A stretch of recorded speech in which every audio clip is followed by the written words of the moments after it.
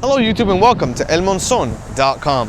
As some of you may know, I'm really into bicycles. I'm into the whole bicycle lifestyle, completely using a bicycle as daily transportation, two wheels without a motor every single day.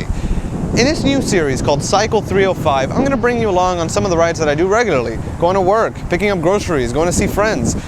And I'm going to also talk to you about the subtleties of the bicycle lifestyle and how it has been such an integral part of my life ever since about 2007 when I really started commuting by bicycle regularly.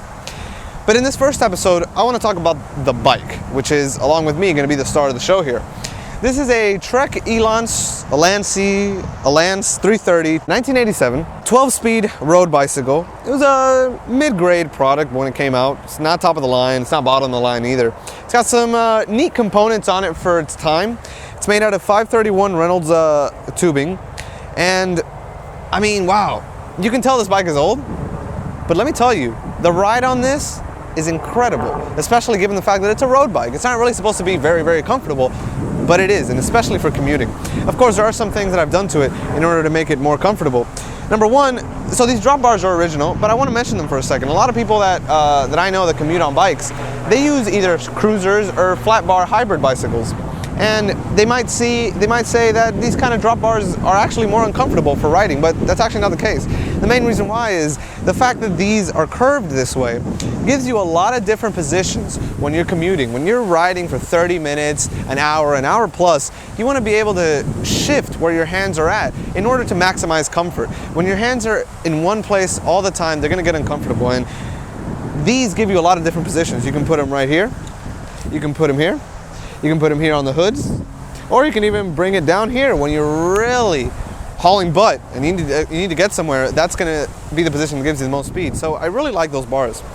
We've got a Veta vinyl saddle. It came original with the bike. It's not the most comfortable thing in the world, but it gets the job done. And when you're pedaling hard, which happens sometimes when you're in a real hurry, or if you're on a low gear going up a steep incline, you want to be able to have a saddle that's sure comfortable to your behind, but also allows you to pedal. You never want to compromise your powertrain. As far as hydration, of course, we have two bottle cages here. And as far as water bottles, I don't have anything fancy. I just use the last plastic water bottle that I've drank, and I just stick it on there and refill it for a while. As far as transmission, so shifters here, we've got down tube shifters. These are Sun Tour shifters. The left is just a friction shifter, but the right is actually indexed and also has the option for friction, which is pretty cool. Indexed is common these days, but it wasn't back in '87. As far as storage and cargo solutions, what we have here is a Schwinn seat post rack with two walled folding baskets attached. Now, I really like these baskets, and I've thought a lot about how best to carry things on my bike, and I gotta tell you, I've tried panniers, tried all sorts of things, but I find that these baskets actually end up being the best. Namely because when they're not in use, they have a very low profile. I mean, sure, you're looking at the bike from the side, but when you're riding, when somebody's looking at you from the front, you can barely notice that they're there. They're very out of the way. Now, when you do need them to carry stuff, they open very easy. They're high quality units, and they give you a lot of space, especially if you have two. You kind of have like a motorcycle double saddlebag thing going on, and it's great. We've got a 12-speed transmission, 6 in the back, 2 in the front. I had to upgrade the derailleur here. This is a Tourney 6 to 7-speed Shimano rear derailleur. The original derailleur just gave out after a while. Front derailleur is a Sun Tour, and we've got 2 chain rings up at the front.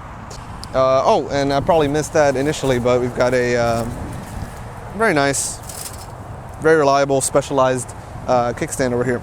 So that's the bike. That's going to be the star of the show alongside me. And like I said, in this series, I'm going to really bring you into a big part of my life.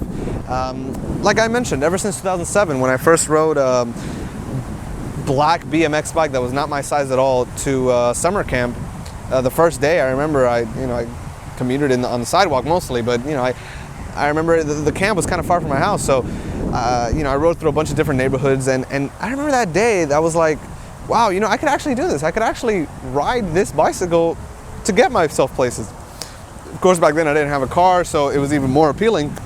But even though life has changed since middle school and I have different responsibilities now, I am really glad that I've been able to keep this bicycle well, not necessarily this bicycle, but bicycling in general, a part of my life. Because as you'll see through the series, and as I'll try to demonstrate to you, riding a bicycle on a daily basis influences your life in a couple special ways. And we'll talk about all of that as the series progresses. So I hope you liked this first episode. I hope you're excited, as I am, for the rest of the series. If you like what you see, go ahead and like the video, comment on it, subscribe, let me know what you think, and stay tuned. I'm going to try to do this at least every week for the series, and if it really picks up, hey, 2-3 times a week is fine by me. So like I said, like, comment, and subscribe, and I'll see you again soon.